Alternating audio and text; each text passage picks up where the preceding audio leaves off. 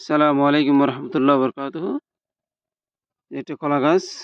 এগুলো রোপণ করার নিয়ম হচ্ছে আপনার 2 ফুট বাই 2 ফুট গভীরতা 2 ফুট করে গর্ত করতে হবে।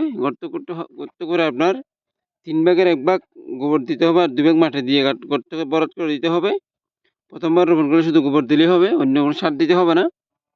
গোবর সার, কম্পোস্ট সার যেটাই বলেন ওগুলো দিলেই হবে, এর বেশি কিছু দেওয়া লাগবে না।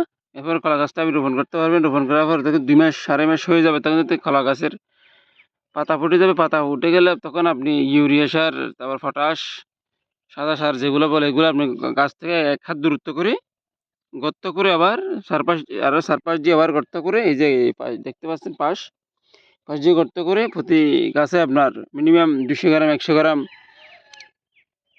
এগুলো সব কিছু এভারেজে 300 গ্রাম করে আপনার 200 এভারেজ সব কিছু মিলে 200 গ্রাম দিলেই হয়ে যাবে আপনার। এরপর মাটি চাপা দিতে হবে, সারের উপর দিয়ে পানি দিতে হবে মোটামুটি। যদি আপনার বর্ষাকাল না থাকে পানি দিতে হবে হালকা পাতলা।